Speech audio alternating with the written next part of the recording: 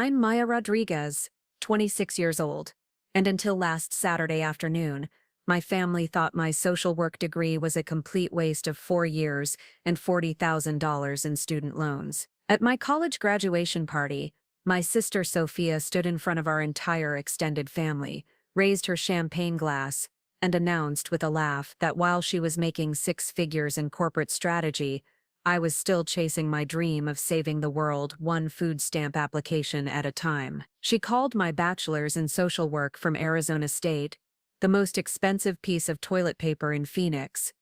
Nobody in that backyard knew that in exactly 18 minutes, Dr. Amanda Chen from Harvard Medical School would call my cell phone and change everything, with 12 life-altering words that would make Sofia's MBA look like a participation trophy. Those words would shatter every assumption my family had made about success, failure, and which daughter was actually destined for greatness. Before we jump back in, tell us where you're tuning from, and if this story touches you, make sure you're subscribed, because tomorrow I've saved something extra special for you. Growing up as the younger daughter in the Rodriguez household meant living in the shadow of perfection wrapped in a designer suit. My father, Carlos Rodriguez, had built one of the most successful orthopedic practices in Scottsdale, treating professional athletes and wealthy retirees who could afford his premium services. My mother, Isabel, was the kind of high school principal who commanded respect from students, parents, and teachers alike. Together, they had created a home where excellence wasn't just expected, it was the baseline for acceptability. Sofia, my older sister by 2 years, had mastered the art of exceeding every expectation our parents set. She graduated valedictorian from more private Catholic high school, earned a full academic scholarship to Northwestern University where she double majored in economics and business administration, then sailed into Wharton's MBA program like she was born for it. By the time she was 25, Sofia was pulling down a starting salary that made our father's eyes light up with pride and our mother practically glow with satisfaction. Then there was me, the daughter who apparently got all the heart, but none of the practical sense, according to every family gathering for the past 4 years. While Sofia networked at corporate cocktail parties in Chicago and Philadelphia, I spent my evenings in community centers in South Phoenix, teaching English as a second language to immigrant families, and helping single mothers navigate the labyrinth of social services. While she closed deals worth millions of dollars, I celebrated small victories like helping a homeless veteran get into transitional housing, or connecting a struggling family with food assistance. Our parents had very specific ideas about what constituted a meaningful career. Medicine, like Dad's path, was noble and financially rewarding. Business, like Sofia's trajectory, was smart and offered security plus prestige. Education, like Mom's choice, provided stability and respected social standing. But social work, the field that had captured my heart since I volunteered at a women's shelter during high school, was viewed as a hobby that kind people did until they grew up and chose something more practical. The dinner table conversations in our house followed a predictable pattern throughout my college years. Sofia would call from whatever city her consulting work had taken her to that week, regaling us with stories about presentations to Fortune 500 executives and strategic recommendations that saved companies millions of dollars. Mom would put her on speakerphone so we could all admire her latest professional triumph, asking detailed questions about her work and offering enthusiastic praise for her business acumen. When the conversation eventually turned to me, it was with the kind of gentle condescension usually reserved for discussing a child's imaginary friend. Dad would ask how my classes were going, but his tone suggested he was humoring me rather than genuinely interested in social policy or community development theory. Mom would remind me that it wasn't too late to add a business minor or consider graduate school in something more practical, like hospital administration, where I could combine my people skills with a real career track. The irony was that I had found my calling in ways Sofia never seemed to find hers, despite all her professional success. Every day I worked with families facing crises that would break most people, helping them navigate systems designed more to exclude than include. I had developed expertise in areas my parents didn't even know existed, from trauma-informed care to community organizing to grant writing. But because my work didn't come with a prestigious title or impressive salary, it was treated as a phase I would eventually outgrow. Sofia never intentionally tried to diminish my path, but her success cast such a bright light that everything else in the family seemed dim by comparison. When she bought her downtown Phoenix condo with the city skyline view, Mom spent weeks showing the photos to everyone who would look. When I moved into my modest apartment near the community health center where I worked, the response was a polite hope that I was being careful in that neighborhood.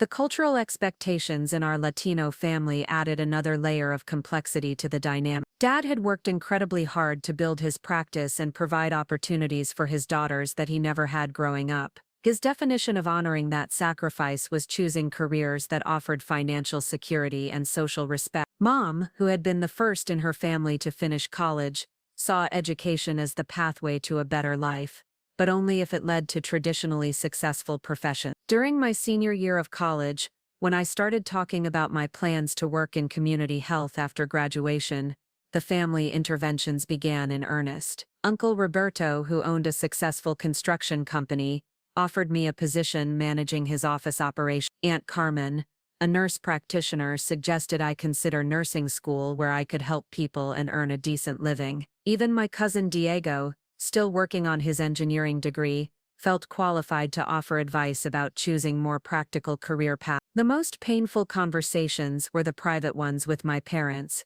where their love and concern were wrapped in disappointment and barely concealed frustration. Dad would talk about the years of sacrifice he and Mom had made to give Sofia and me opportunities, asking why I wanted to limit myself to a field where I would struggle financially when I had the intelligence to succeed in more lucrative professions. Mom would share stories about former students who had started with idealistic goals but eventually moved into more stable careers, suggesting that my passion for social work was something I could pursue as volunteer work while building a real career. What they didn't understand was that social work wasn't a compromise or a backup plan for me.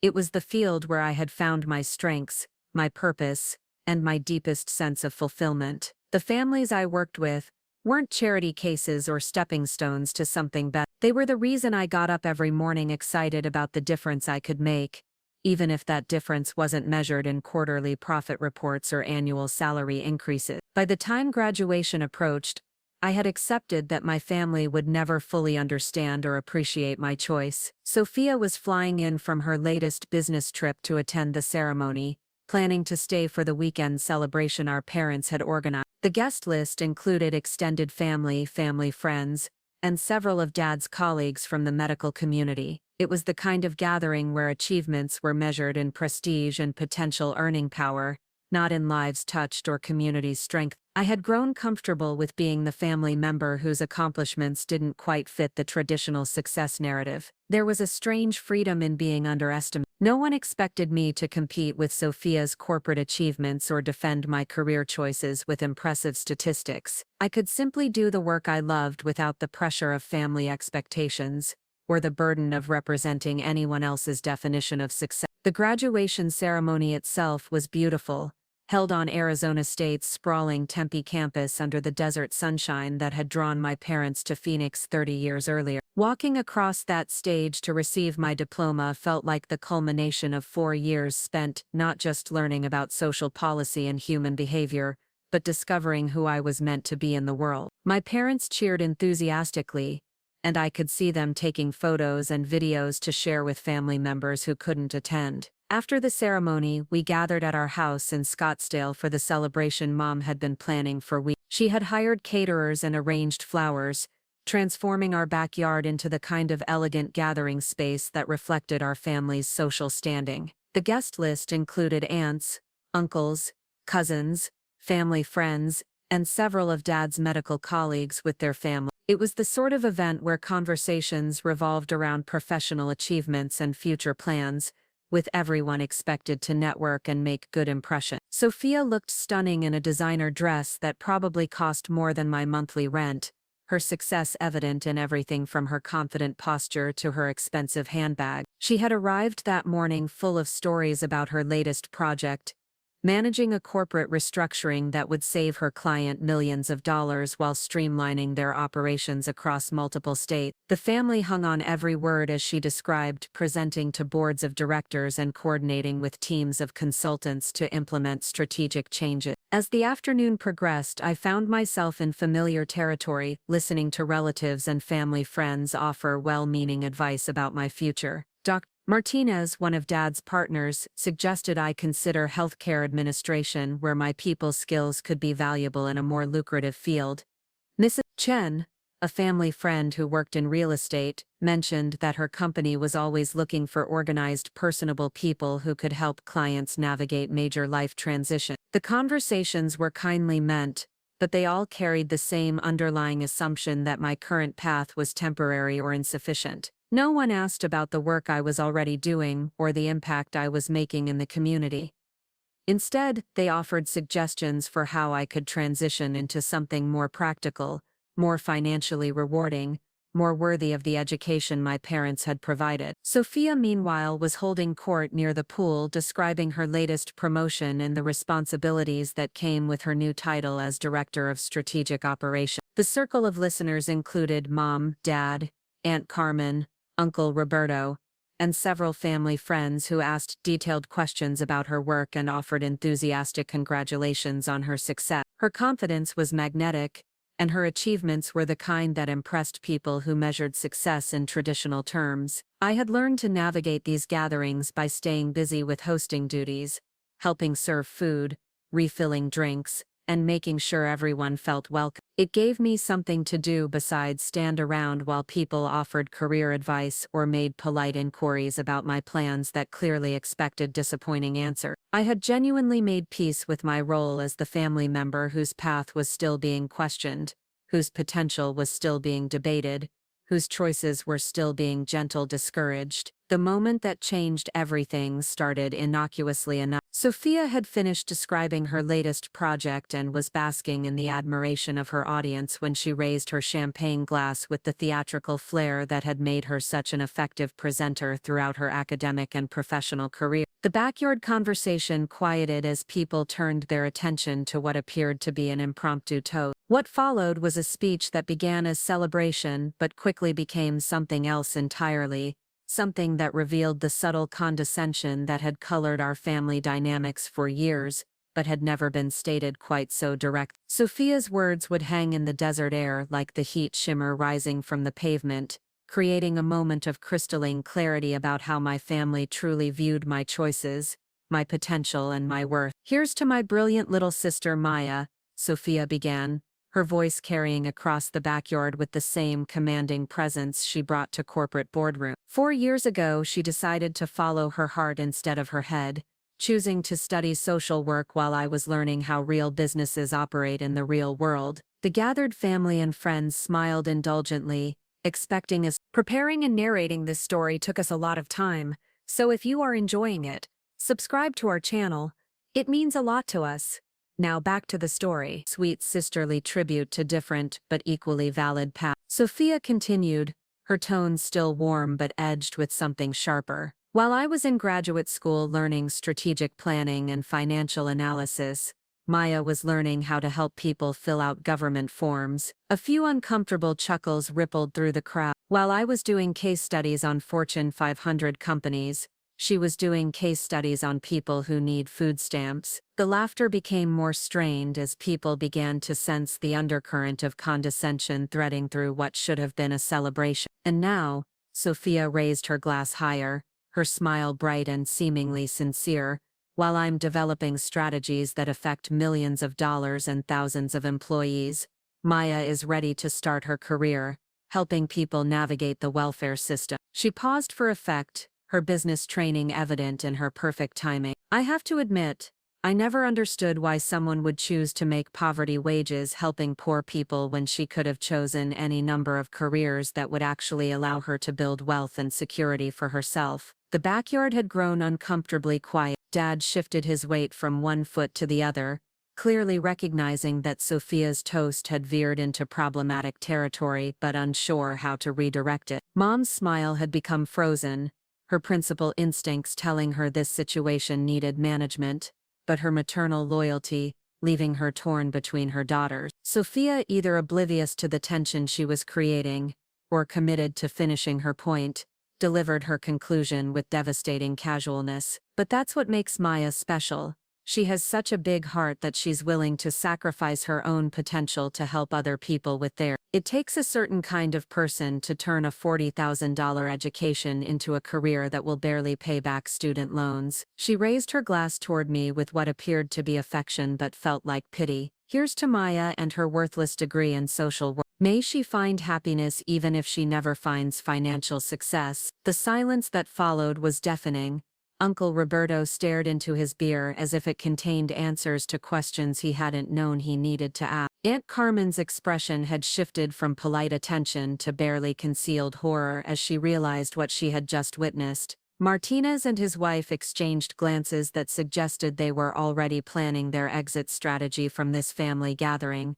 Turned uncomfortable public spectacle. I stood frozen near the refreshment table, holding a pitcher of iced tea that suddenly felt impossibly heavy in my hand. The casual cruelty of Sofia's words hit harder than any direct confrontation could have. She had managed to dismiss 4 years of my education, my career choice, my values and my future in the space of a 2-minute toast delivered with a smile and wrapped in the language of sisterly affection. What made it worse was the kernel of truth woven through her mockery.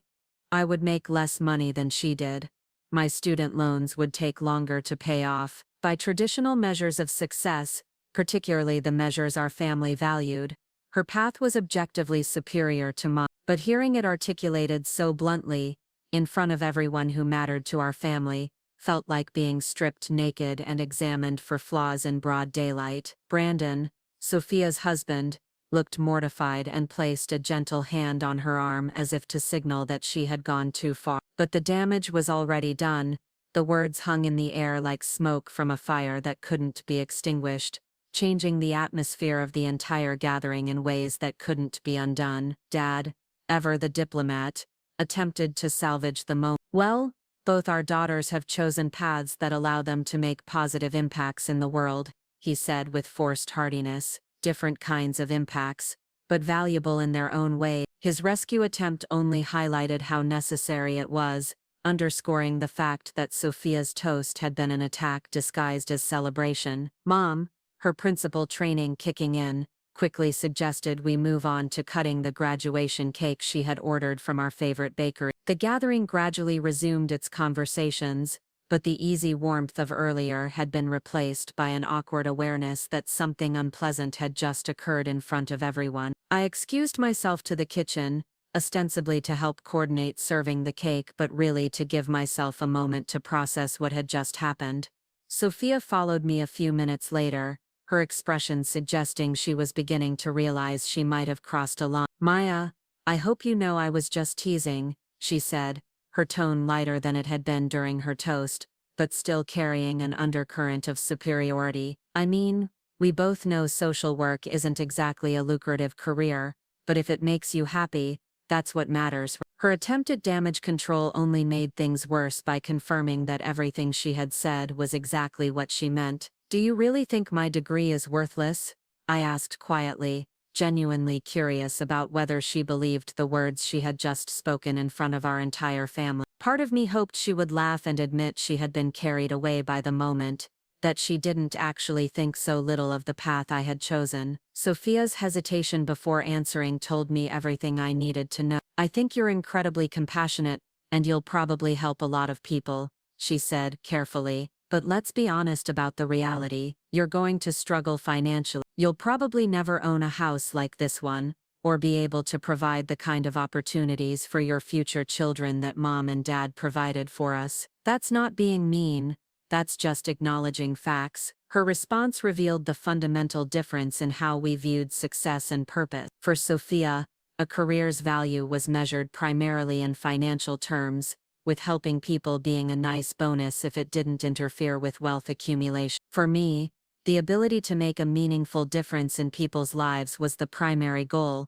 with financial sufficiency being enough as long as I could do work that mattered. What if I told you that I've already helped families avoid eviction, connected people with healthcare they couldn't afford, and assisted dozens of individuals in accessing education and job training programs that changed their life trajectory. Would that change your assessment of my degree's worth? Sophia looked genuinely puzzled by the question, as if I had asked her to calculate the monetary value of a sunset or quantify the market price of kindness. That's wonderful, Maya, and I'm sure those people are grateful, she said with the kind of patience usually reserved for explaining complex concepts to children, but you could have done volunteer work in those areas while building a career that would give you real financial security. The problem isn't that you want to help people, the problem is that you've made helping people your entire career plan. Her inability to understand that social work was a legitimate profession, rather than extended volunteerism, revealed how little she actually knew about my field. Despite 4 years of family conversations about my studies and career goals, she had reduced everything I had learned about human behavior, social policy, community development, and systemic change to the equivalent of charity work that well-meaning people did in their spare time. I realized that explaining the complexities of social work to someone who viewed it as sophisticated welfare assistance would be like trying to explain the beauty of abstract art to someone who only valued paintings for their resale potential. We were operating from completely different value systems that made meaningful communication nearly impossible. The rest of the afternoon passed in a blur of forced normalcy. Family members made awkward attempts to engage me in conversations that carefully avoided any mention of Sofia's toast or my career prospects. The cake was served and consumed with comments about how proud mom and dad must be of both their daughters, though the enthusiasm felt manufactured rather than genuine. Martinez and his wife left earlier than they had probably planned, citing an early dinner commitment that sounded suspiciously like a polite escape route. Other guests began making similar excuses as the afternoon wore on, until the gathering dwindled to just immediate family and a few close relatives who felt obligated to stay until the bitter end. As the sun began to set over the Scottsdale Mountains, casting long shadows across our backyard, I helped Mom clean up while Sophia and Brandon sat by the pool, absorbed in quiet conversation that I suspected involved him explaining to her why her toast had been problematic. Dad and Uncle Roberto discussed business matters with the kind of forced enthusiasm men use when they're trying to pretend awkward situations haven't occurred. The strangest part of the entire afternoon was how quickly everyone seemed willing to move past what had happened, as if Sophia's public dismissal of my education and career choice was just an unfortunate moment rather than a revealing glimpse into long-held family attitude. There were no apologies offered,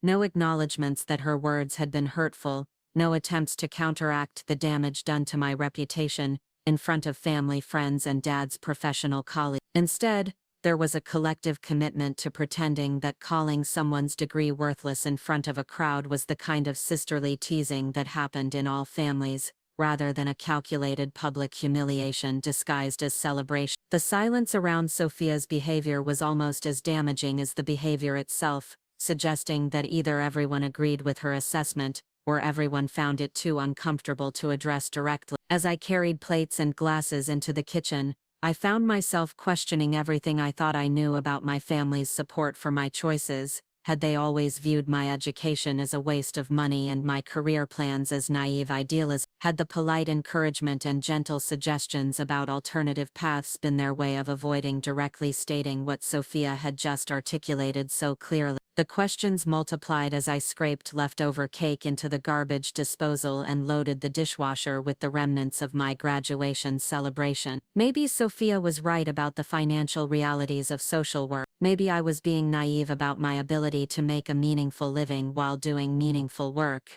Maybe the $40,000 in student loans I had accumulated really had purchased the most expensive piece of toilet paper in Phoenix, as she had so eloquently put. But even as I entertained these doubts, another part of me pushed back against the narrative Sophia had constructed. She had never asked detailed questions about my coursework, my internships, or my career goals. She had never visited the community health center where I worked, or met any of the families I had assisted. Her knowledge of social work came from stereotypes and assumptions rather than actual information about what the profession entailed or what impact social workers had on their community. Her toast had revealed more about her limitations than mine, Someone who could only measure value in financial terms was someone who couldn't see the full spectrum of what constituted a meaningful life. Someone who viewed helping people as a hobby rather than a profession was someone who had never grappled with the complex social problems that required systematic, educated professional intervention to address effectively. As the cleanup continued, and the family gathering wound down to its inevitable conclusion, I realized that Sofia's public dismissal of my degree had actually clarified something important for me. I didn't need my family's approval or understanding to pursue the work I was called to do. Their inability to see the value in my path didn't diminish that value any more than a colorblind person's inability to see red diminished the existence of red. The challenge would be maintaining that perspective, in the face of ongoing family pressure and social expectations that favored Sofia's definition of success over mine. But for the first time since her toast began, I felt something other than hurt and embarrassed. I felt a quiet determination to prove that worth wasn't measured only in salary figures, and that impact couldn't be calculated only in quarterly earnings reports. What I didn't know as I finished loading the dishwasher and prepared to say my goodbyes was that 18 minutes of my life were about to be dramatically altered by a phone call that would redefine everything my family thought they knew about my worthless degree and my naive career choice. The validation I had never sought was about to arrive in a way that would make Sofia's corporate achievements look like practice exercises for the real game. My phone, which had been sitting silently on the kitchen counter throughout the entire afternoon of celebration and humiliation, was about to ring with news that would transform not just my own understanding of my potential but my family's understanding of what constituted genuine achievement in the modern world. The kitchen had become my refuge from the uncomfortable aftermath of Sofia's toast,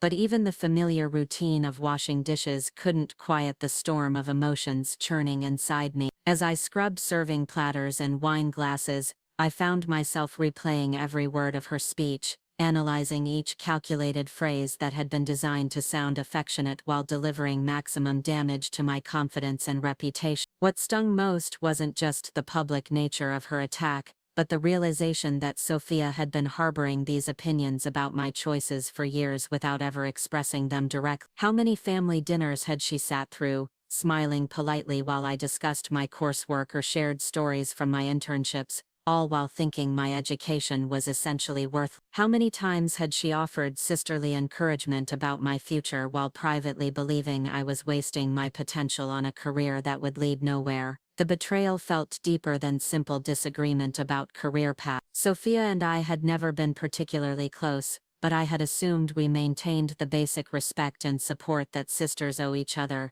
even when they choose different directions in life. Her toast had revealed that she viewed our relationship more like a mentor observing a misguided student than like an equal engaging with a peer who had made different but valid choices. As I dried the last of the crystal wine glasses Mom had insisted on using for the occasion, I could hear fragments of conversation drifting in from the backyard. Dad was discussing real estate investments with Uncle Roberto, their voices carrying the forced enthusiasm of men trying to fill awkward silence with safe topics. Mom was coordinating the leftover food distribution with Aunt Carmen, dividing up the catered appetizers and desserts that remained after many of the guests had departed earlier than expected. Sofia and Brandon were still engaged in their private conversation by the pool, and I caught occasional phrases that suggested he was indeed explaining to her why her speech had crossed lines that should have remained uncrossed. Their body language indicated a discussion that was growing more intense, with Brandon's gestures becoming more animated, and Sofia's posture becoming more defensive. The few remaining guests were making their final preparations to leave, gathering purses and checking phones, while offering the kind of polite compliments about the lovely afternoon that people give when they want to acknowledge their host's efforts, without addressing the elephant that had stampeded through the gathering. Dr. Martinez had already departed with his wife, taking with them any opportunity for Dad to showcase his successful surgeon daughter to his medical colleagues. I was putting away the last of the serving utensils when my phone buzzed against the granite countertop where I had left it during the earlier chaos of hosting and recovery.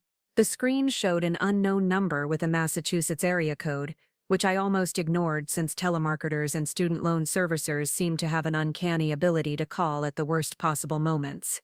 Something made me answer anyway, Perhaps the hope that a distraction from my current situation would be welcome regardless of who was calling. The voice on the other end was professional, warm, and completely unexpected in the context of a Saturday evening in Phoenix. "Hello, is this Maya Rodriguez?" the caller asked. The woman's voice carried the kind of educated authority that suggested she was accustomed to delivering important information to people who needed to pay careful attention. "Yes, this is Maya," I replied, stepping out onto the small side patio off the kitchen where I could take the call without interrupting the ongoing cleanup and farewells happening in the main backyard. "Miss Rodriguez, this is Dr. Amanda Chen calling from Harvard Medical School in Boston. I hope I'm not catching you at an inconvenient time, but I wanted to personally reach out to you regarding your application to our joint MD-MPH program in Global Health and Social Medicine." The words didn't immediately register. I had submitted that application 6 months ago, along with applications to several other programs that combined medical training with public health education. The joint degree programs were incredibly competitive, accepting only a handful of students each year who demonstrated exceptional potential for addressing health disparities and social determinants of disease in underserved communities. "I'm sorry, could you repeat that?" I asked, certain I had misheard something crucial in Dr. Chen's introduction. "This is Dr. Amanda Chen from Harvard Medical School," she repeated patiently. "I'm the director of admissions for our MD-MPH program, and I'm calling to personally congratulate you on your acceptance to what we consider one of the most selective and prestigious programs in the country for students interested in combining clinical medicine with social justice advocacy." The world seemed to tilt sideways. I leaned against the patio railing, gripping my phone with suddenly unsteady hands while trying to process information that seemed too significant to be real. Harvard Medical School was calling me. On the day my sister had publicly declared my degree worthless, one of the most prestigious institutions in the world was telling me I had been accepted into a program that would allow me to become exactly the kind of doctor I had dreamed of being. "Miss Rodriguez, are you still there?" Chen asked after a moment of silence during which I had apparently forgotten how to form words. "Yes, I'm here," I managed. I think I need to make sure I understand correctly.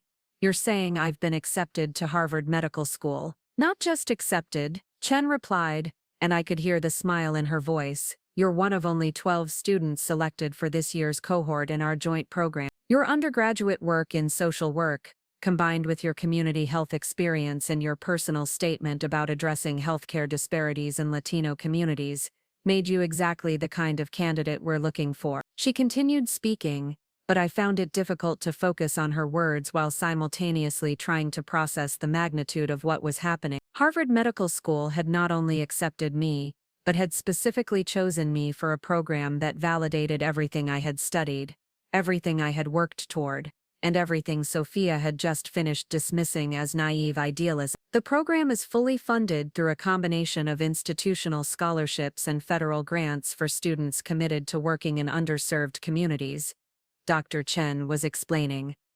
"You'll receive a full tuition waiver plus a living stipend for all 6 years of the combined degree program. Upon graduation, you'll be qualified to practice medicine with additional expertise in public health policy and community intervention strategies." Full funding, Harvard Medical School. A program designed specifically for students like me who wanted to combine clinical skills with social justice advocacy. As the reality of the phone call began to sink in, I realized that everything Sofia had said about my financial prospects and career limitations had just been rendered completely irrelevant. "Dr. Chen, can I ask what specifically about my application made me a strong candidate?" I asked. Partly because I was genuinely curious and partly because I was still struggling to believe this conversation was actually happening. "Several factors," she replied thoughtfully. "Your undergraduate thesis on community health workers as bridges between healthcare systems and underserved populations showed sophisticated understanding of how social work principles can be applied to medical practice. Your internship work at the Community Health Center demonstrated practical experience with the populations you want to serve. But honestly, What set your application apart was your personal statement about growing up in a family that values traditional success while choosing a path focused on social justice. She paused before continuing. You wrote about feeling like an outsider in your own family because your definition of meaningful work didn't align with conventional measures of achievement. That kind of self-awareness and commitment to purpose despite external pressure is exactly what we look for in candidates for this program. The irony was so profound it was almost laughable. The very family dynamics that had made me feel like a disappointment, the very differences in values that had led to this afternoon's humiliation, had become the foundation for my acceptance into one of the most competitive programs in the country. Harvard had seen my outsider status as an asset rather than a liability. The program begins in August, so you'll have the summer to relocate to Boston and prepare for what will be an intensive but incredibly rewarding 6 years of study. Dr. Chen continued, I know this is a lot to process, so I'll be sending you a formal acceptance packet with all the details about housing, orientation, and program requirements. But I wanted to call personally because we're genuinely excited to have you join our cohort. As she spoke, I became aware of voices from the main backyard growing closer to the kitchen. The remaining guests were apparently making their final farewells, and my family was beginning to migrate back toward the house. In a few minutes, I would need to rejoin the aftermath of Sofia's toast and the ongoing pretense that nothing significant had happened at my graduation celebration. Chen, I can't thank you enough for this opportunity, I said, trying to keep my voice steady despite the emotional whirlwind I was experiencing. This program represents everything I've hoped to achieve in my career. The thanks go both ways, Miss Rodriguez. Students like you are why we created this program. We need physicians who understand that health is about more than just treating disease, who recognize that social determinants often matter more than medical interventions, and who are committed to serving communities that have been historically underserved by the healthcare system. After we finished discussing the practical details of my acceptance and the timeline for my response, Dr. Chen concluded the call with congratulations and an invitation to contact her with any questions that arose as I processed this life-changing news. As I hung up the phone, I stood alone on the side patio, holding the device that had just delivered the most significant news of my life, trying to comprehend how completely my world had shifted in the space of a 15-minute conversation. Harvard Medical School had not only validated my choice to study social work but had specifically selected me because of that background. The degree Sofia had just finished mocking as worthless had become the foundation for acceptance into one of the most prestigious and competitive programs in the country. The career path my family had questioned for its financial prospects had just been transformed into a fully funded education that would lead to both clinical expertise and social justice leadership. As I walked back toward the kitchen,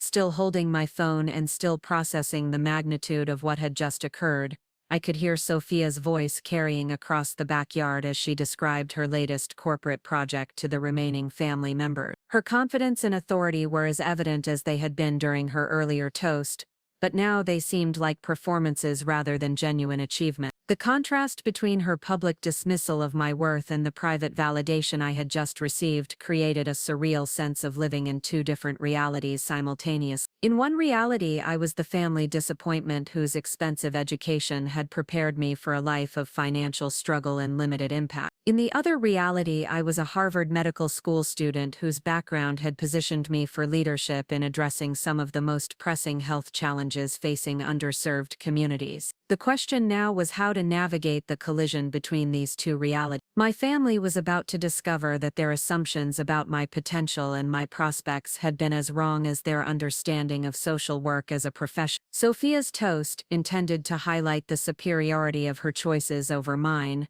was about to be revealed as a spectacular miscalculation about the relative value of our respective paths. As I prepared to rejoin my family with news that would fundamentally alter the dynamics that had defined our relationships for years, I realized that the validation I was about to share with them mattered less than the validation I had already given myself. Harvard's acceptance was wonderful, but it didn't change the fact that I had chosen social work because it aligned with my values and allowed me to make meaningful contributions to my community. The real transformation wouldn't be in my family's perception of my worth, but in their understanding that worth could be measured in ways they had never considered and that success could be defined by criteria they had never valued. Sofia's worthless degree was about to become the foundation for an education that would position me to save lives, influence policy, and address systemic inequities that affected millions of people. The irony was perfect. The timing was flawless, and the lesson was one that would reverberate through our family dynamics for years to come. As I walked back into the kitchen where my graduation celebration had transformed into an uncomfortable exercise in damage control, I carried with me the knowledge that sometimes the people who underestimate you the most are the ones who understand you the least. Walking back into the kitchen after Dr. Chen's call felt like entering a different dimension where the fundamental laws of reality had been quietly rewritten while no one was paying attention. The same granite countertops reflected the same warm evening light, the same family voices carried the same conversations from the backyard, and the same graduation decorations hung from the same ceiling fixtures. Yet everything had changed in ways that my family couldn't possibly comprehend. I set my phone back on the counter with hands that were still trembling slightly from the adrenaline of receiving life-altering news. The device looked innocent enough, just another piece of technology that connected people across vast distances for routine conversation. But the information it had just delivered would soon detonate like a carefully placed explosive charge beneath the foundation of every assumption my family had made about success, potential, and the relative value of different educational paths. Through the kitchen window, I could see Sofia gesturing animatedly as she continued describing her latest corporate triumph to Uncle Roberto and Dad. Her confidence was magnetic, her success undeniable, and her mastery of the family's traditional success metrics complete. She had no idea that the sister she had just finished publicly humiliating was now positioned to achieve something that would make her MBA look like a participation trophy in a game she didn't even know was being played. The challenge was deciding how to share this news in a way that would maximize its impact while maintaining some semblance of family harmony. Part of me wanted to march back outside and announce my Harvard acceptance with the same theatrical flair Sofia had used for her devastating toast. The poetic justice would be exquisite. The sister who had called my degree worthless would be forced to reckon with the fact that it had just opened doors to opportunities she couldn't even imagine. But another part of me recognized that transforming this moment into a weapon would only perpetuate the competitive dynamic that had poisoned our relationship for years. Harvard's acceptance wasn't valuable because it proved Sofia wrong. It was valuable because it validated a path I had chosen based on my own values and aspirations. Using it to humiliate her would make me no better than she had been during her toast. As I wrestled with these competing impulses, Mom entered the kitchen carrying a stack of serving platters that needed to be washed and put away. Her expression was carefully neutral, the way it became when she was processing family drama that challenged her desire to maintain peace and harmony among her children. "How are you doing, me?" she asked gently, setting the platters beside the sink and studying my face with the kind of maternal intuition that could detect emotional disturbance from across crowded rooms. I know Sofia's speech was a little harsh, but you know how she is when she's had a glass of wine. She doesn't always think before she speaks. The easy excuse Mom offered for Sofia's behavior revealed how normalized this pattern had become in our family. Sofia's success gave her permission to be dismissive of paths she didn't understand, and everyone else was expected to make allowances for her lack of tact rather than addressing the underlying disrespect her comments represent. "Mom,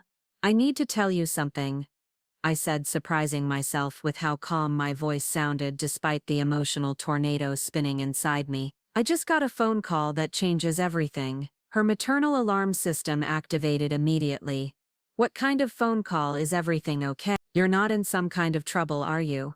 The questions tumbled out with the rapid-fire intensity of someone whose mind had jumped directly to worst-case scenarios involving debt, health crises, or legal problems. "I've been accepted to Harvard Medical School," I said simply, watching her face for the moment when the words would penetrate her assumptions and reorganize her understanding of reality. The transformation was remarkable to witness. Mom's expression shifted from concern to confusion to disbelief to wonder in the space of about 3 seconds, as if someone were rapidly changing channels on a television displaying different emotional programs. "Harvard Medical School," she repeated slowly, as if testing whether the words would sound less impossible when spoken aloud.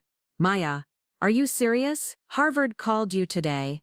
Dr. Amanda Chen, the director of admissions for their MD-MPH program in global health and social medicine. I'm one of 12 students selected for this year's cohort.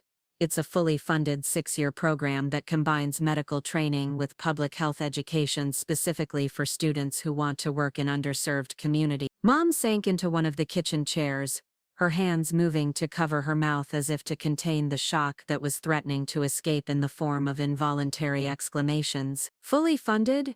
You mean they're paying for your medical school? Full tuition waiver plus living stipend for all 6 years, I confirmed. The program is designed for students with backgrounds like mine who want to combine clinical medicine with social justice advocacy. The irony wasn't lost on either of us. Sofia had just finished explaining to our extended family why my social work degree was essentially worthless, while Harvard Medical School had specifically chosen me because of that exact background. The education my family had questioned for 4 years had become the foundation for acceptance into one of the most competitive programs in the country. Does your father know? Mom asked, her voice carrying a mixture of excitement and something that sounded almost like panic. Dad's opinion carried enormous weight in family decisions, and his approval or disapproval could make the difference between celebration and crisis. You're the first person in the family I've told, I replied. Dr. Chen just called a few minutes ago. Mom stood up from the chair and began pacing the small space between the kitchen island and the sink, her mind clearly racing to process the implications of this news for family dynamics, social standing, and her own understanding of her daughter's relative potential. Harvard Medical School, she repeated again, as if repetition might help the reality settle into permanent acceptance. Maya, do you understand what this means? Do you understand how incredible this is? Before I could answer, Sofia's laugh carried in from the backyard, bright and confident as she reached the punchline of whatever story she was telling. The sound created a jarring contrast with the revelation happening in the kitchen, highlighting the gap between perception and reality that was about to be dramatically closed. Should we tell everyone now? Mom asked, her excitement beginning to override her shock.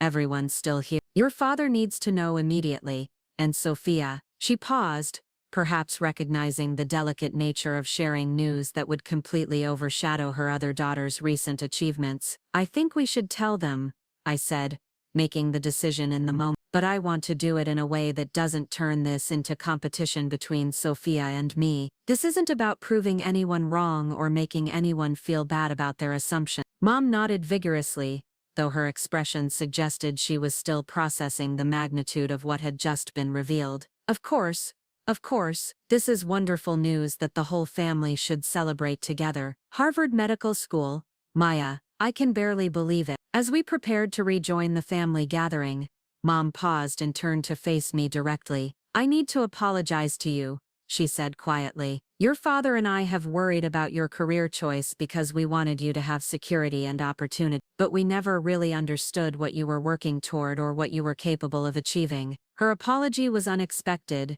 and more meaningful than the Harvard acceptance itself. For the first time in years, I felt like my mother was seeing me clearly rather than viewing me through the lens of her own fears and expectations. We thought we were protecting you by encouraging more traditional paths, she continued, but you were already on the right path for you. We just couldn't see it because it looked different from what we expected success to look like. The conversation was interrupted by the sound of the patio door sliding open as Dad entered the kitchen, presumably looking for Mom to help coordinate the final cleanup and guest departure. There you are, he said to Mom before noticing my presence. Maya, good, you're here too. We should probably start wrapping things up out there. People are getting ready to leave, and I think we all need some time to process this afternoon. His diplomatic reference to this afternoon encompassed Sofia's toast and its aftermath without directly acknowledging the discomfort it had created. Dad had always been skilled at managing family tensions through careful language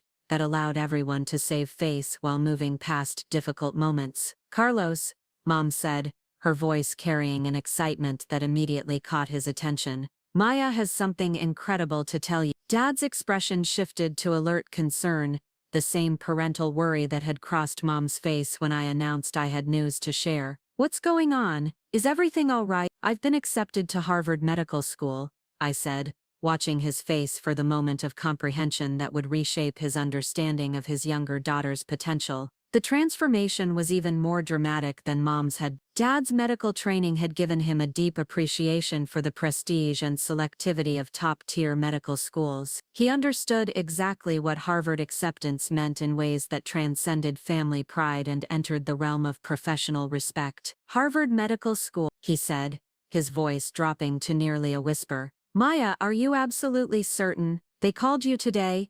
Dr. Amanda Chen from their MD-MPH program. I confirm. I'm accepted into a 6-year joint degree program that's fully funded and specifically designed for students who want to work in underserved communities. Dad's expression suggested he was running rapid calculations in his mind about acceptance rates, competition levels, and the academic qualifications required for admission to such a program. As an orthopedic surgeon who had completed his own medical training at a prestigious institution, he understood the magnitude of this achievement in ways that our extended family couldn't fully appreciate. The MD-MPH program, he repeated thoughtfully. That's physician training combined with public health education. Maya, that's incredibly competitive. Some of the most innovative doctors in the country come out of programs like that. For the first time in years, I heard genuine respect in my father's voice when he discussed my career path. The social work degree he had questioned was suddenly reframed as preparation for medical school.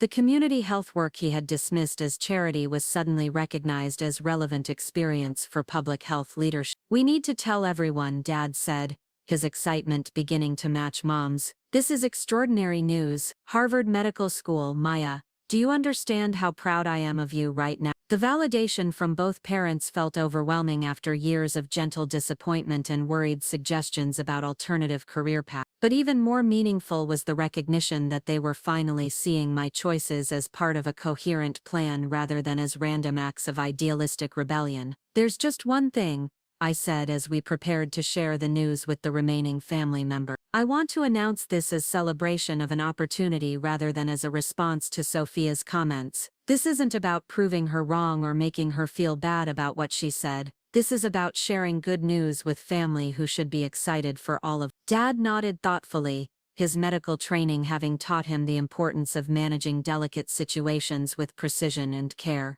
You're absolutely right. This news stands on its own merit without needing to reference anything else that happened today. Mom was practically vibrating with excitement, her hands clasped together as if she were physically holding in the joy that threatened to burst out of her in the form of premature celebration. Should we call everyone back to the patio? Make it a proper announcement? Let's just join the conversation naturally, I suggested. When there's an appropriate moment, we can share the news. No need to make it more dramatic than it already is. As we prepared to rejoin the remaining family members, I felt a strange sense of calm settling over me despite the magnitude of what was about to happen. The Harvard acceptance was wonderful, but it didn't change who I was or validate choices I had already made peace with. It simply provided external confirmation of a path I had chosen based on internal conviction. The three of us walked back onto the main patio where Sofia was still holding court, though her audience had diminished as guests departed and the afternoon shadows grew longer across our backyard. Uncle Roberto and Brandon were listening to her describe the challenges of managing corporate restructuring across multiple time zones, while Aunt Carmen was helping coordinate the final food cleanup.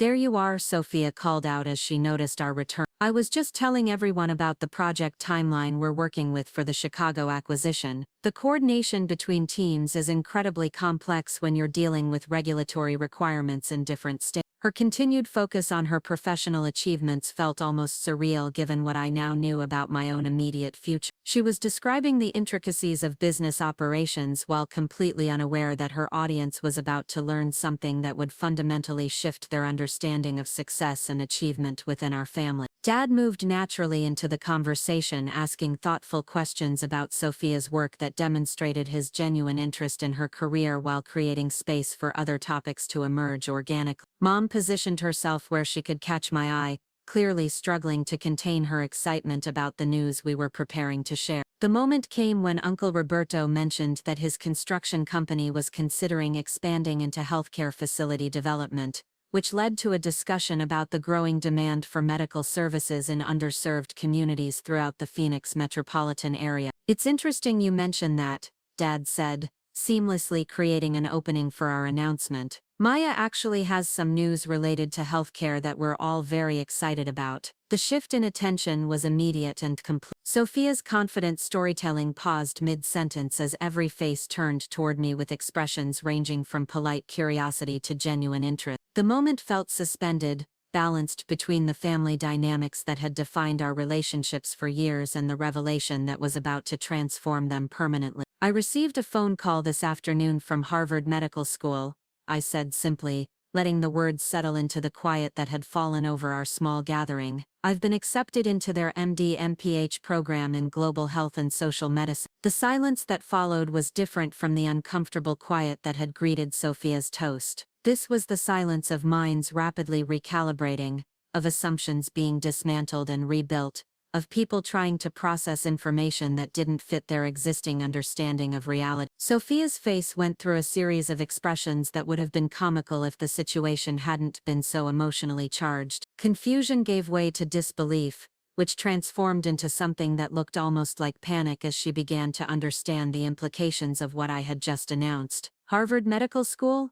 she repeated, her voice carrying none of the confidence that had characterized her earlier commentary. "Maya, are you serious? When did you even apply to medical school?" "I applied to several MD-MPH programs last fall," I explained. "The joint degree combines medical training with public health education for students who want to work in underserved communities." My background in social work was specifically what they were looking for in candidates. Uncle Roberto was the first to break the stunned silence with enthusiastic congratulations. "Harvard Medical School? Maya, that's incredible. Do you know how competitive those programs are? My friend's son applied to medical school 3 times before getting accepted anywhere, and you got into Harvard." His excitement was infectious, and suddenly everyone was talking at once, asking questions about the program, the timeline, the location, and the incredible honor of acceptance to such a prestigious institution. Dad beamed with obvious pride as he explained to Uncle Roberto exactly how selective Harvard's medical programs were and what kind of academic achievement was required for admission. Aunt Carmen, with her nursing background, immediately understood the significance of the MD-MPH combination. "Maya, that's brilliant. Doctors with public health training are desperately needed in communities like the ones where you've been working. You'll be able to address both individual patient care and systemic health issues." The validation from family members who actually understood healthcare felt profoundly meaningful. For the first time in years, I was receiving recognition not just for achieving something impressive, but for choosing a path that aligned perfectly with my values and experience. Mom could barely contain herself, jumping into the conversation with details about the full funding and the program's focus on social justice advocacy. Her pride was evident in every word as she described how Harvard had specifically chosen me because of my social work background rather than despite it. Throughout this explosion of excitement and congratulation, Sofia remained conspicuously quiet. She stood slightly apart from the group, her champagne glass forgotten in her hand, watching the family celebrate news that completely undermined everything she had said about my prospects and potential just hours earlier. Brandon, perhaps recognizing his wife's distress, attempted to engage her in the conversation. "Sofia, isn't this amazing news about Maya? Harvard Medical School is incredibly prestigious. You must be so proud of your sister." Sofia's response was barely audible. "Yes, it's very impressive." Her tone suggested she was struggling to process emotions she hadn't expected to feel, as if the very foundation of her identity as the successful sister had been shifted beneath her feet. Dad, in his diplomatic way, tried to include Sofia in the celebration while acknowledging her own achievements. "We're fortunate to have 2 daughters who found success in their chosen fields. Sofia's corporate leadership and Maya's medical training will both allow them to make significant impacts in different ways." But the parallel Dad was trying to draw felt forced and artificial. Sofia's MBA and corporate position, impressive as they were, couldn't compete with Harvard Medical School acceptance in terms of prestige, selectivity, or social significance.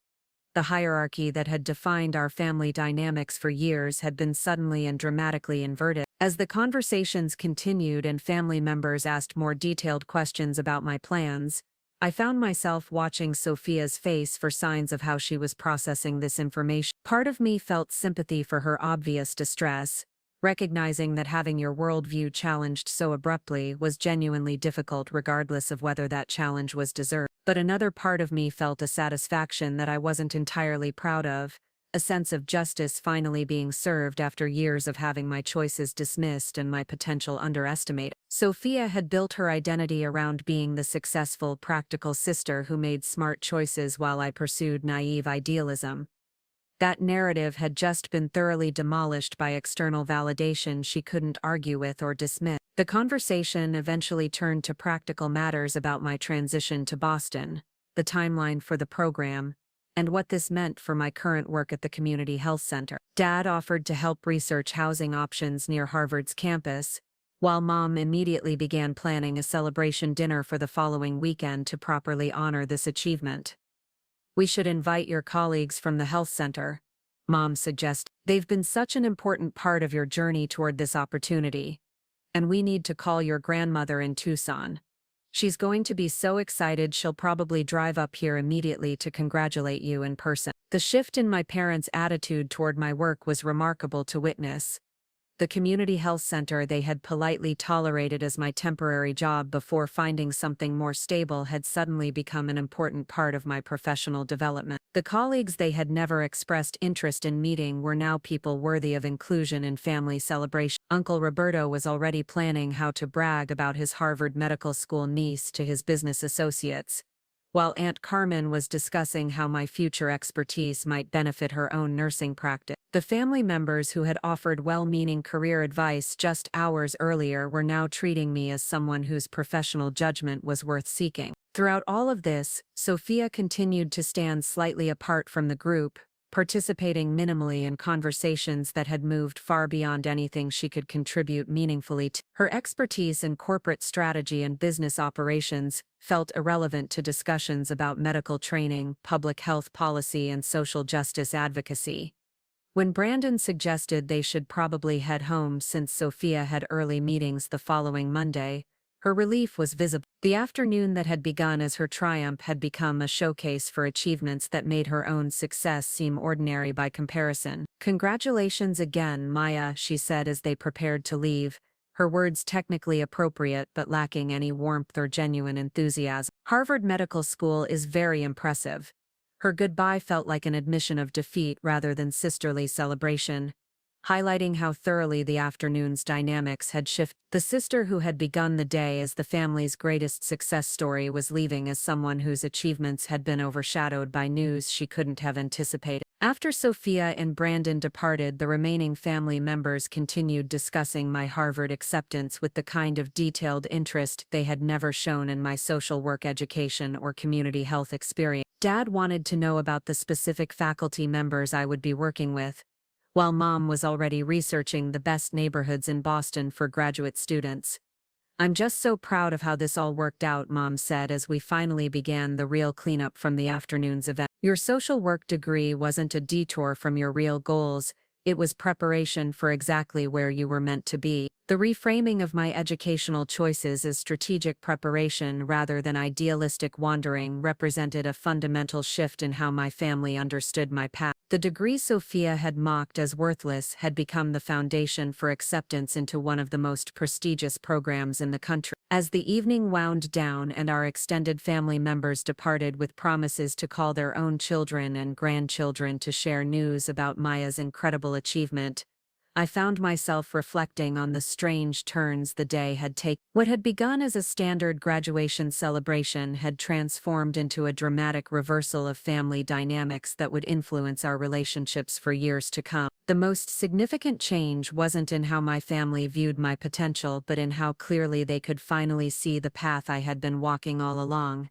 My choices hadn't been naive or impractical. They had been strategic and purposeful, building toward opportunities that my family couldn't recognize because they were measuring success with the wrong metrics. Sofia's toast had revealed the limitations of her understanding rather than the limitations of my potential. Her ability to see value only in traditional corporate achievements had blinded her to forms of success that didn't fit conventional molds. Harvard Medical School's validation wasn't important because it proved her wrong, but because it confirmed that institutions capable of recognizing genuine achievement had been watching my work and finding it worthy of investment. As I helped Dad load the dishwasher with the last of the party dishes, he paused in his work to look at me directly. "Maya, I owe you an apology for not understanding what you were building toward. Your path looked so different from what I knew about success that I couldn't see its value. That was my failure of imagination, not your failure of ambition." His acknowledgement more than the Harvard acceptance itself because it represented genuine recognition of who I was, rather than external validation of what I had achieved. For the first time in years, I felt like my family was seeing me clearly, understanding my choices, and respecting the values that had guided my decision. The day that had begun with public humiliation about my worthless degree had ended with private recognition that my path had been not only valid, but visionary. The sister who had mocked my choices was gone, replaced by a family who finally understood that success could be measured in ways they had never considered, and that achievement could take forms they had never imagined. As I drove home to my small apartment that eve, carrying with me news that would change the trajectory of my entire life,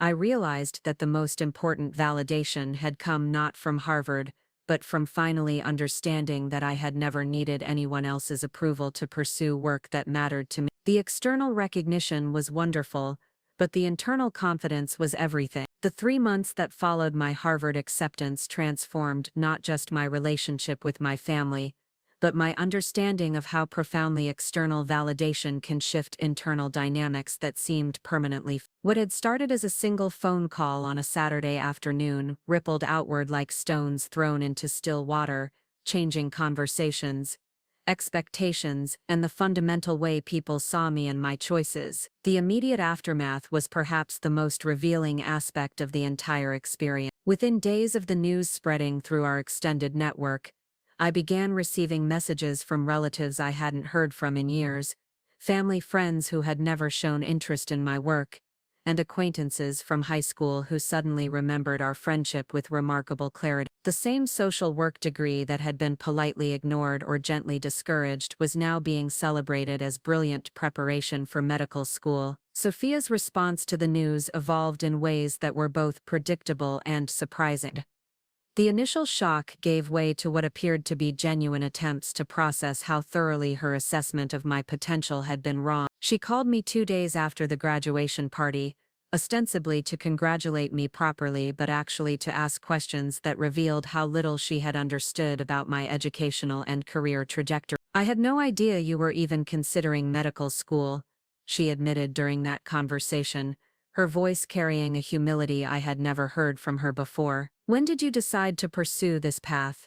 How long have you been planning to become a doctor?" The questions revealed that Sofia had constructed her understanding of my life based on assumptions rather than actual information. She had assumed that social work was my final career destination rather than preparation for something large. She had assumed that my work in community health was charity rather than professional development.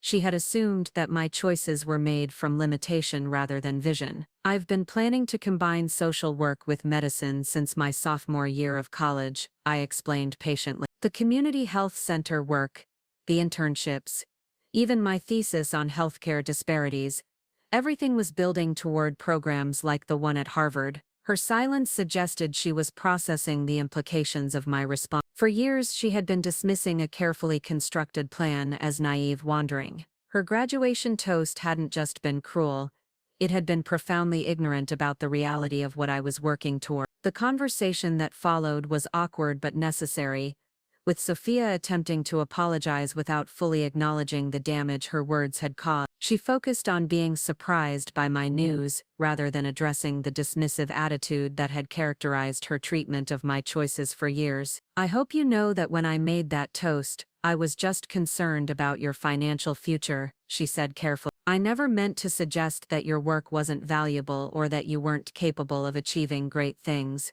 but her revised explanation didn't align with the specific words she had used or the tone she had employed. She had called my degree worthless, mocked my career prospects, and suggested that I was sacrificing my potential out of misguided idealism. Those weren't expressions of concern, they were expressions of contempt disguised as sisterly words. I appreciate the apology, I replied, but I think it's important to acknowledge that your comments weren't about concern for my finances. They were about your inability to see value in paths that don't align with conventional success metrics. The directness of my response seemed to catch her off guard.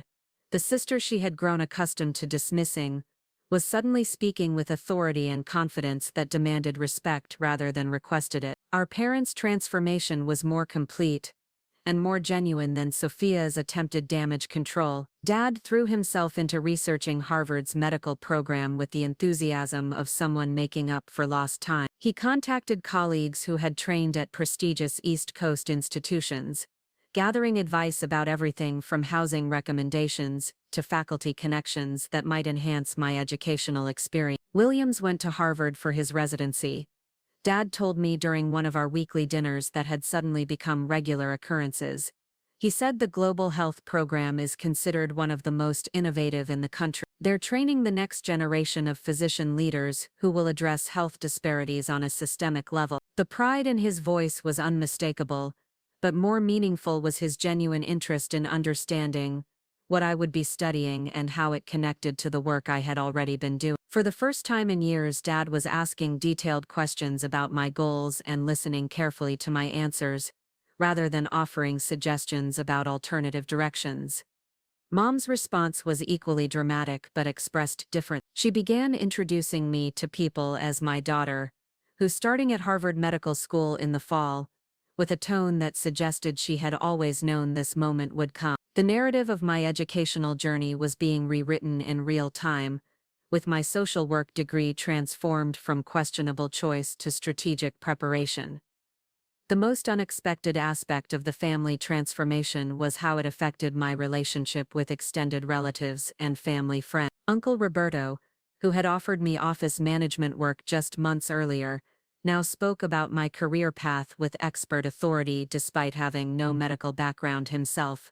Maya always had it in her to be a doctor, he told anyone who would listen. Even when she was little, she was always helping people and asking questions about how things worked. Her path to Harvard makes perfect sense when you really think about it. The revisionist history was both amusing and slightly irritating. The same people who had questioned my choices for years were now claiming they had seen my potential all along.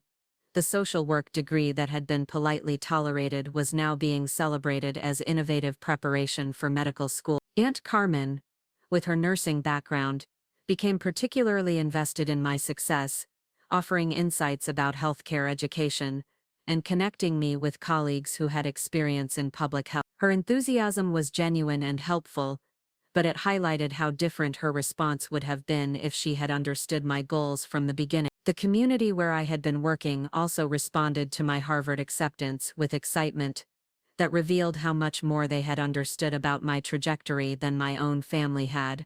Martinez at the community health center wasn't surprised by my acceptance. He was pleased that his recommendation letter had contributed to what he saw as a predictable outcome. "We've been watching you develop the exact combination of clinical insight and social justice advocacy that programs like Harvard are looking for," he told me when I shared the news. "Your work here hasn't been preparation for your real career. It's been the foundation of expertise that will make you an exceptional physician." His perspective stood in stark contrast to my family's previous understanding of my work as temporary charity before finding something more substantial. The people who had been working alongside me in community health settings had recognized professional development where my family had seen amateur volunteer work. The financial implications of my Harvard acceptance also forced my family to reconsider their assumptions about social work as a field that offered limited economic prospects. The full funding I had received represented more than just free education. It was a six-figure investment in my potential that prestigious institutions don't make lightly. "Do you realize what kind of earning potential you'll have as a Harvard-trained physician with public health expertise?" Dad asked during one of our conversations about my future.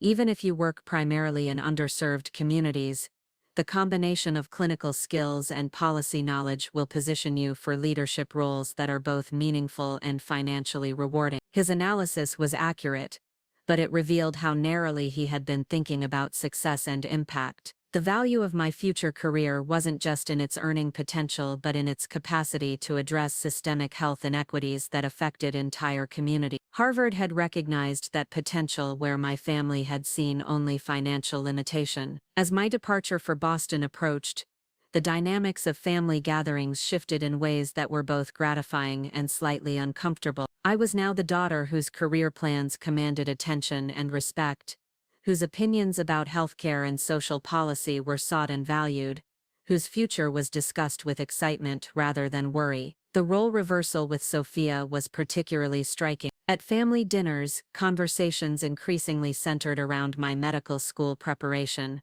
while her corporate achievements received polite acknowledgement, but limited detailed discussion. The hierarchy that had defined our relationship for years had been completely inverted. Sofia handled this shift with more grace than I had expected, though I could sense her struggling to find her place in family dynamics that no longer positioned her as the primary success story. Her business accomplishments remained impressive, but they had been overshadowed by achievements that carried more social prestige and cultural significance. "I'm proud of you," she told me during a private conversation shortly before my departure. "I know I didn't handle things well at your graduation party, and I've been thinking a lot about why I reacted that way." Her willingness to engage in genuine self-reflection surprised me. The Sofia I had grown up with rarely admitted mistakes or examined her own motivations when her behavior caused problems. "I think I was threatened by your path because it represented values I had dismissed in myself," she continued. "When we were younger, I wanted to be a teacher or work in nonprofit management, but I was convinced that those careers weren't practical or impressive enough.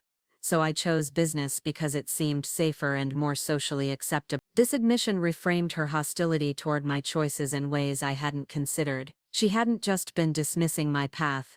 She had been rejecting a version of herself that she had abandoned in favor of conventional success. My persistence in pursuing meaningful work despite external pressure had highlighted compromises she had made that she wasn't entirely comfortable with. "Your Harvard acceptance forced me to confront the fact that I had been wrong about almost everything I thought I knew about success and career planning," she said. "You didn't sacrifice your potential for idealism. You built a career path that allowed you to pursue both impact and achievement in ways I never imagined were possible." The conversation marked a turning point in our relationship, moving us from competition toward something that resembled mutual respect. Sofia was finally seeing me as someone who had made strategic choices rather than naive mistakes, while I was beginning to understand the pressures that had shaped her decisions about her own career. My final weeks in Phoenix before departing for Harvard were filled with goodbye gatherings, transition preparations, and reflections on how dramatically my life had changed since that Saturday afternoon phone call. The Community Health Center organized a farewell celebration that drew colleagues,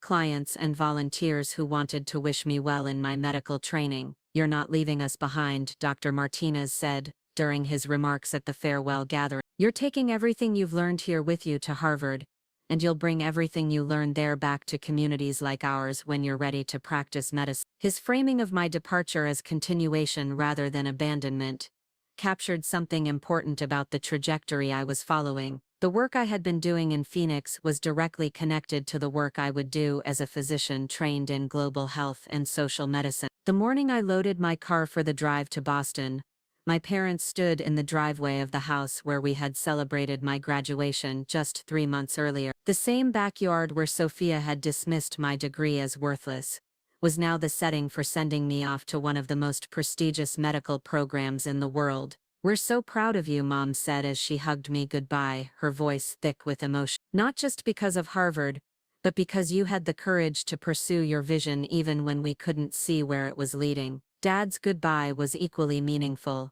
"You've taught us that success can look very different from what we expected," he said. "Your path has been exactly right for you, even when we couldn't understand it." As I drove away from Phoenix toward my new life in Boston, I reflected on the lessons embedded in the dramatic reversal of fortune I had experienced. The external validation from Harvard had been wonderful, but the internal validation that came from staying true to my values despite external pressure had been essential. The family members who had underestimated my potential had revealed more about their own limitations than mine. Their inability to see value in unconventional paths had prevented them from recognizing achievement that didn't fit traditional molds. Sofia's mocking of my worthless degree had exposed the poverty of her imagination rather than the poverty of my prospects. But perhaps most importantly, the experience had taught me that seeking approval from people who don't understand your vision is both futile and unnecessary. The work itself had always been reward enough. The impact on communities had always been validation enough. The alignment between my values and my actions had always been success enough. Harvard's acceptance had simply provided external confirmation of what I had already known internally, that meaningful work pursued with dedication and expertise creates its own opportunities, opens its own doors, and builds its own forms of success that transcend conventional measurement. The phone call that had changed everything hadn't actually changed the most important things. It had changed how others saw me, but it hadn't changed who I was or what I valued. It had changed my family's understanding of my potential, but it hadn't changed my understanding of my purpose. As I crossed the state line into New Mexico on my way to begin medical school at Harvard, I carried with me not just the confidence that comes from external validation, but the deeper satisfaction that comes from knowing that sometimes the people who underestimate you the most are simply revealing the limits of their own vision rather than the limits of your potential. The worthless degree that Sofia had mocked at my graduation party had become the foundation. A career that would allow me to spend my life addressing health disparities in underserved communities, while building expertise that institutions like Harvard had determined was worthy of significant investment. The success she couldn't see had been there all along, waiting for recognition from people capable of understanding its value. 2 years into my medical training at Harvard, I received an invitation that would bring my journey full circle in ways I never could have anticipated. The American Medical Association was hosting their annual conference on healthcare equity and social medicine in Phoenix, and they had requested that I deliver the keynote address on innovative approaches to community health integration. The irony of returning to my hometown as a recognized expert in the field my family had once dismissed wasn't lost on me. The invitation letter, printed on official AMA letterhead, felt surreal as I read it in my small apartment near Harvard's campus. They wanted me to speak about my research on culturally competent care models for underserved Latino communities, work that had grown directly out of my undergraduate experiences in social work and my continuing clinical training in Boston. The presentation would be attended by hundreds of physicians, policymakers, and healthcare administrators from across the Southwest. More significantly, the conference organizers had asked me to participate in a panel discussion about non-traditional pathways to medical excellence, specifically highlighting how backgrounds in social work and community organizing could enhance clinical practice. The very degree Sofia had mocked as worthless was now being celebrated as innovative preparation for modern healthcare challenges. As I prepared for the trip back to Phoenix, I found myself reflecting on how dramatically my perspective on success and validation had evolved during my time at Harvard. The external recognition that had once seemed so important now felt like pleasant background noise to the more substantial satisfaction of doing work that aligned with my deepest values and made measurable differences in people's lives. My research at Harvard had focused on developing healthcare delivery models that addressed both individual medical needs and systemic social determinants of health. Working with faculty members who were leaders in their fields, I had learned to design interventions that could be scaled across different communities, while remaining sensitive to local cultural contexts and resource constraints. The work was exactly what I had envisioned when I first chose social work as an undergraduate major, but with the clinical expertise and institutional authority that medical training provided. I was learning to be the kind of doctor who could treat a patient's diabetes while also addressing the food insecurity that made managing the condition nearly impossible, or who could provide mental health care while advocating for policy changes that addressed the systemic causes of community trauma. My classmates at Harvard came from diverse backgrounds, but many had followed more traditional pre-medical paths through biology, chemistry, or other hard science. What I discovered was that my social work training had given me skills and perspectives that complemented their technical knowledge in powerful ways. I understood family systems, community dynamics, and cultural factors that influenced health behaviors in ways that traditional medical education often overlooked. The faculty members who had become my mentors consistently emphasized that my unconventional preparation was an asset rather than a limitation.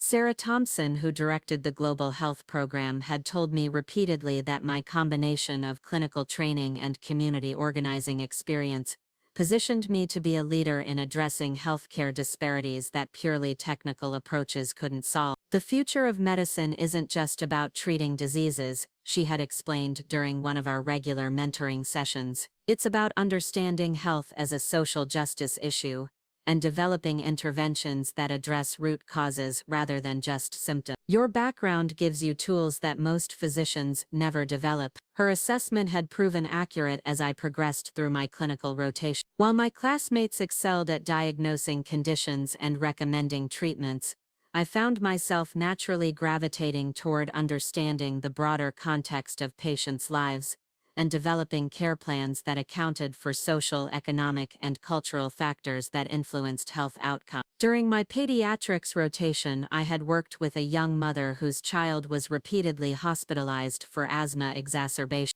While the medical team focused on adjusting medications and providing education about trigger avoidance, I spent time understanding her housing situation and discovered that she was living in a basement apartment with severe mold problems that she couldn't afford to address. Rather than simply treating the asthma symptoms, I connected her with legal aid services that helped her force her landlord to remediate the mold problem and assisted her in finding alternative housing through a community organization I had known from my social work days. The child's hospitalizations stopped entirely once the environmental triggers were eliminated. The attending physician on that rotation had been so impressed with my approach that he asked me to present the case to the department as an example of how social determinants of health could be addressed through clinical practice. The presentation had led to conversations about developing more systematic approaches to screening for and addressing social factors that influenced patient outcomes. Similar experiences during my other rotations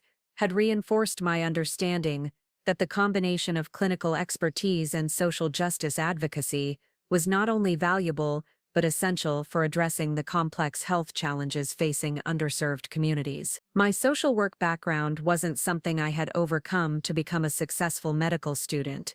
It was the foundation that made my medical training more meaningful and effective. As I prepared my keynote address for the Phoenix conference, I thought about how to communicate these insights to an audience of healthcare professionals who might not have considered non-traditional pathways to medical excellence. The presentation would need to challenge assumptions about what constituted appropriate preparation for medical careers, while providing concrete examples of how social work training enhanced clinical practice. The week before the conference, I called my parents to let them know I would be returning to Phoenix as a featured speaker. Their excitement was immediate and overwhelming, with Mom immediately beginning to plan a family gathering and Dad expressing his intention to attend the conference as an observer. "Maya, we're so proud of you," Mom said, her voice thick with emotion. "To think that you'll be speaking to doctors from across the region about your research, it's incredible how everything has come together." Her response highlighted how completely our family dynamics had shifted since my Harvard acceptance. The daughter they had once worried about was now someone whose professional achievements commanded respect from colleagues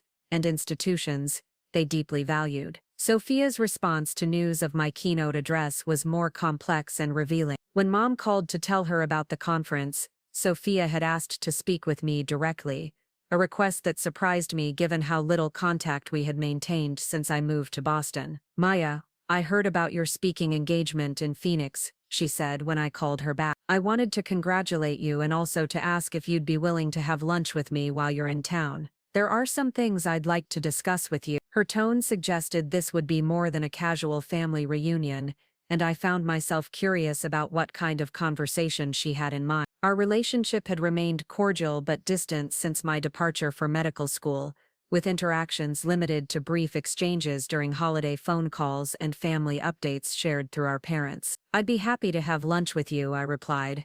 "Is everything okay? You sound like there's something specific you want to talk about." "There is," she said, her voice carrying a vulnerability I rarely heard from her. "Your success has made me think a lot about choices I've made in my own career, and I'd like to get your perspective on some things I'm considering." The conversation we had planned would prove to be one of the most meaningful discussions Sofia and I had ever shared.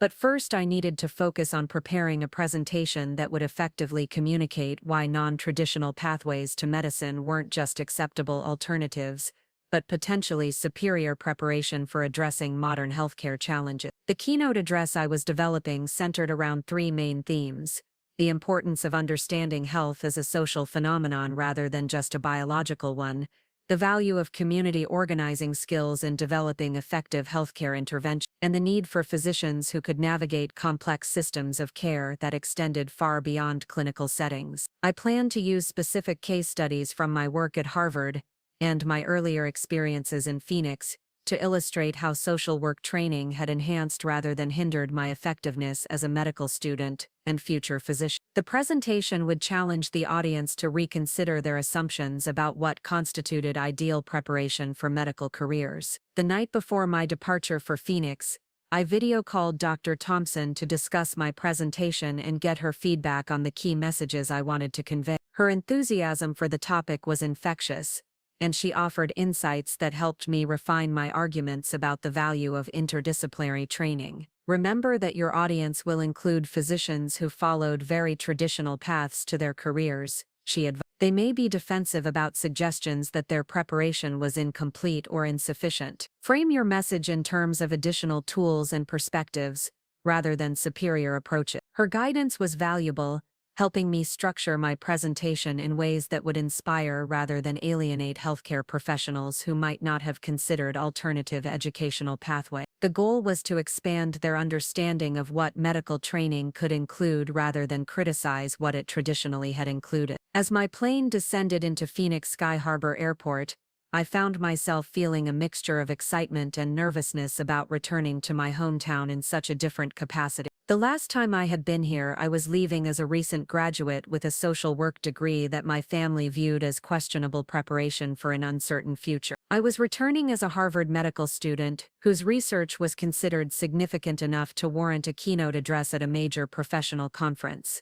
The transformation felt surreal, but more importantly, it felt authentic. I wasn't returning as someone who had abandoned her original values to pursue conventional success. I was returning as someone who had found ways to pursue both meaningful work and professional recognition without compromising the principles that had initially drawn me to social work. Dad met me at the airport, his pride evident in his posture and expression as he spotted me emerging from the terminal. The enthusiastic hug he gave me felt different from the polite embraces that had characterized our relationship during my undergraduate years, when he was still hoping I would choose a more practical career path. "Dr. Rodriguez," he said with a grin, using the title I wouldn't officially earn for several more years. "How does it feel to be back in Phoenix as a featured speaker?" His use of the honorific was both premature and touching, reflecting his excitement about my achievements and his desire to acknowledge the trajectory I was following. The father who had once suggested I consider more stable career options was now treating me as a professional colleague worthy of respect and admiration. During the drive to my parents' house, Dad updated me on family news and community developments, but his questions consistently returned to my work at Harvard and my upcoming presentation. His genuine interest in understanding my research represented a complete reversal from the polite disengagement that had characterized his response to my social work study. "Your mother has been telling everyone about your keynote address," he said as we navigated the familiar streets of our Scottsdale neighborhood. Martinez from the Community Health Center called to say how excited he was that one of their former employees would be speaking at such a prestigious conference. The community connections he mentioned highlighted how my departure for Harvard had been viewed by different groups in Phoenix. While my family had initially seen my move as validation of their belated recognition of my potential, my colleagues in community health had seen it as a natural progression of work they had always understood to be significant. The house looked exactly the same as when I had left for Boston, but my relationship to the space felt fundamentally different. I was no longer the daughter whose choices were questioned and whose future was viewed with concerned uncertainty. I was a visiting professional whose achievements commanded respect and whose opinions were sought and valued. Mom's greeting was characteristically emotional, with tears and exclamations about how proud she was and how much she had missed having me nearby. But beneath the maternal enthusiasm, I sensed a different kind of relationship emerging. One where she saw me as an adult whose life choices had proven to be not just acceptable but admirable. "We invited your colleagues from the health center to come to your presentation," she told me as we settled in the living room where so many awkward conversations about my career prospects had taken place during my undergraduate years. "Martinez said the entire staff wants to attend to show their support." The idea of presenting to people who had known me during my early career development felt both exciting and nerve-wracking. These were colleagues who had seen me grow from an inexperienced social work student to someone capable of addressing healthcare professionals at a national conference. Their presence would ground my presentation in authentic relationships rather than abstract professional network. That evening, as I reviewed my presentation notes and prepared for the following day's conference, I reflected on the strange journey that had brought me back to Phoenix in such dramatically different circumstances. The path from Sofia's humiliating graduation toast to delivering a keynote address on innovative healthcare approaches had been shorter than I could have imagined,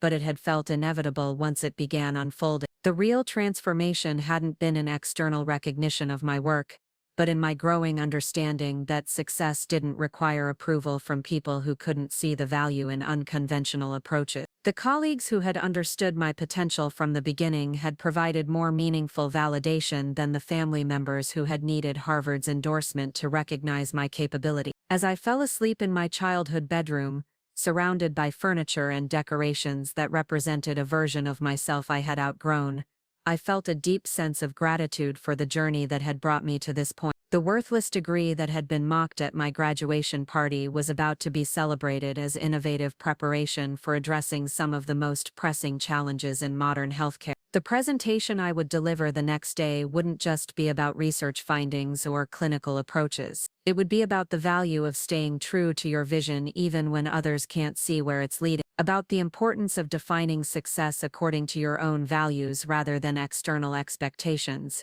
and about the power of combining passion with expertise to create opportunities that didn't previously exist. Sofia's lunch invitation remained on my schedule for the day after the conference, and I found myself curious about what kind of conversation we would have now that our roles and circumstances had shifted so dramatically. But first, I needed to focus on delivering a presentation that would honor both the journey I had taken and the colleagues who had supported me along the way.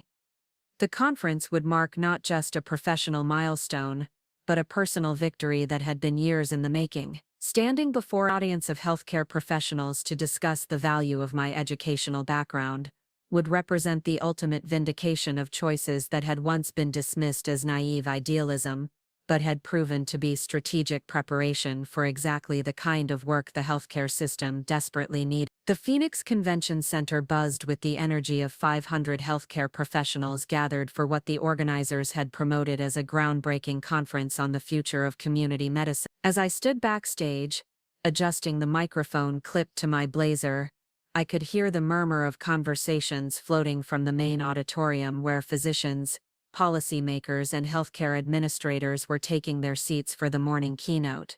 Patricia Gonzalez, the conference director, appeared beside me with the kind of calm efficiency that comes from years of managing large-scale medical events. "Maya, the audience is incredibly excited to hear your presentation," she said, her voice carrying genuine enthusiasm. "We've had more registration for this session than any keynote in the conference's 15-year history." Her words should have increased my nervousness, but instead, they reinforced my sense that the healthcare community was hungry for exactly the kind of perspective I was prepared to offer. The integration of social justice advocacy with clinical excellence wasn't just an academic exercise, it was a practical necessity for addressing health disparities that traditional medical approaches had failed to solve. As I walked onto the stage and looked out at the sea of faces, I spotted familiar figures scattered throughout the audience. Dad sat in the third row with Mom, their expressions radiating the kind of pride that had replaced years of worried uncertainty about my career choices. Dr. Martinez and 3 colleagues from the Community Health Center occupied seats near the center of the auditorium, their presence grounding me in the real-world applications of the research I was about to discuss. But perhaps most significantly, I noticed Sofia sitting alone near the back of the room, her posture suggesting she was there not out of family obligation but genuine professional curiosity. Her presence at a healthcare conference focused on social medicine felt like acknowledgement that she was beginning to understand the significance of work she had once dismissed. The presentation I delivered that morning exceeded my own expectations in ways that surprised me. The combination of academic research and practical experience created a narrative that resonated with healthcare professionals who were struggling to address complex social determinants of health within traditional clinical frameworks. I described case studies from my work in Phoenix and Boston demonstrating how social work training had enhanced my ability to develop comprehensive care plans that addressed both medical needs and systemic barriers to health. The audience response was immediate and engaged, with questions that revealed both skepticism and genuine interest in non-traditional approaches to medical education. A family physician from Tucson asked how social work skills could be systematically integrated into residency training. An emergency department director wanted to know about developing protocols for addressing housing instability and food insecurity during routine medical encounters. The questions continued for nearly 30 minutes beyond the scheduled presentation time, with healthcare professionals eager to understand practical applications of the theoretical frameworks I had described. The enthusiasm was gratifying, but more importantly, it confirmed that the healthcare community was ready for physicians who could navigate complex social systems in addition to mastering clinical technique. After the formal presentation concluded, I was surrounded by colleagues wanting to continue conversations about specific aspects of my research. Business cards were exchanged, research collaborations proposed, and invitations extended for future speaking engagements at medical schools and healthcare systems across the Southwest. Dr. James Wilson, who directed the residency program at Banner Health in Phoenix, approached me with a proposition that caught me completely off guard. "Maya, I've been following your work since your undergraduate days at the Community Health Center," he said. "We're developing a new track in our internal medicine residency focused on community health integration, and we'd like you to consider joining our program when you complete your Harvard training." The offer represented more than just a job opportunity. It was recognition that my combination of social work background and Harvard medical training had positioned me for leadership roles that wouldn't have existed when I first chose to study social work. The healthcare system was evolving to value exactly the kind of interdisciplinary expertise that my unconventional educational path had provided. As the morning session transitioned into networking breaks and smaller panel discussions, I found myself reflecting on how dramatically the landscape of possibilities had expanded since that afternoon when Sofia had mocked my worthless degree. The same skills and perspectives that had been dismissed as naive idealism were now being sought by major healthcare institutions as essential components of modern medical practice. The lunch meeting with Sofia took place at a quiet restaurant near the convention center where we could have an extended conversation without interruption. She arrived looking polished and professional as always, but carrying herself with less of the confident authority that had characterized her demeanor during our recent interactions. "Your presentation was incredible,"